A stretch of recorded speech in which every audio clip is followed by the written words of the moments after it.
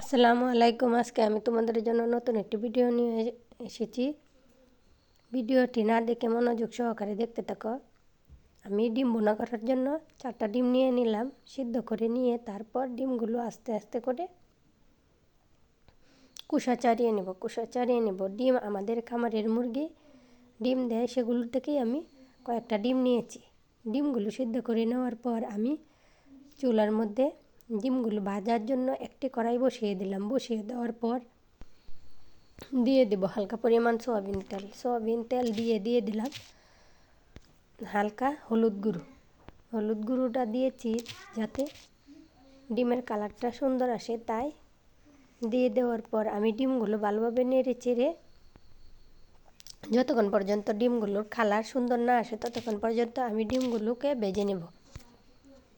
দেখো ডিমগুলোর কালারটা অনেক সুন্দর হয়েছে।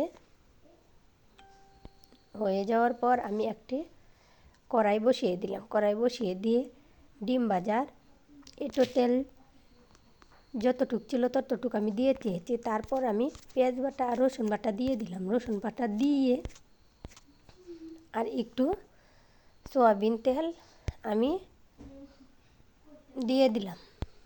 সয়াবিন তেল দিয়ে পেঁয়াজগুলোকে ভালোভাবে নেড়ে চেড়ে নিয়ে নিতে হবে। নেড়ে চেড়ে নেওয়ার পর যতক্ষণ পর্যন্ত পেঁয়াজগুলো লালচে ভাব না আসে ততক্ষণ পর্যন্ত আমি নাড়তে থাকব। নেড়ে নেওয়ার পর তারপর হালকা পানি দিয়ে সব মশলা দিয়ে দেব। দিয়ে আমি ডিমগুলোকে নেড়ে চেড়ে নিতে হবে। আমার ডিম ভুনা করা শেষ। দেখো ডিম ভুনাটা অনেক সুন্দর হয়েছে। ডিম ভুনাটা যদি ভালো লেগে থাকে তাহলে আমার চ্যানেলটা সাবস্ক্রাইব করবে। তারপর আমি কয়েকটা আলু সিদ্ধ করে নিলাম ভর্তা করার জন্য। সিদ্ধ হয়ে যাওয়ার পর হয়ে যাওয়ার আগ মুহূর্তে দিয়ে দিলাম কয়েকটা কাঁচামরিচ। তারপর আমি একটি কড়াইয়ে চুলার মধ্যে কয়েকটা শুকনো মরিচ ভেজে নেব। শুকনো মরিচ ভেজে নিয়ে ভালোভাবে নেড়ে চেড়ে শুকনো মরিচগুলো ভেজে নিয়ে নিতে হবে। চুলার আঁচটা লো আঁচে দিয়ে দিতে হবে। চুলার আঁচটা লো না দিয়ে দিলে শুকনো মরিচগুলো পুড়ে যেতে পারে, তাই আমি কম আঁচের সাহায্যে শুকনো মরিচগুলো ভেজে নিলাম।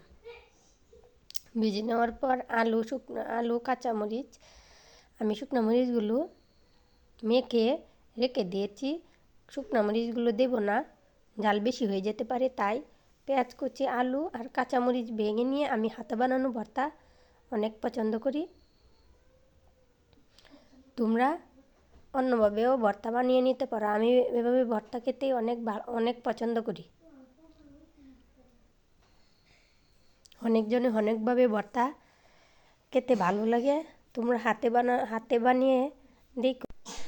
হাতে বানানো ভর্তা আর কোনো কিছু চাপ দিয়ে ডলে ভর্তা বানানোর স্বাদ অন্যরকম।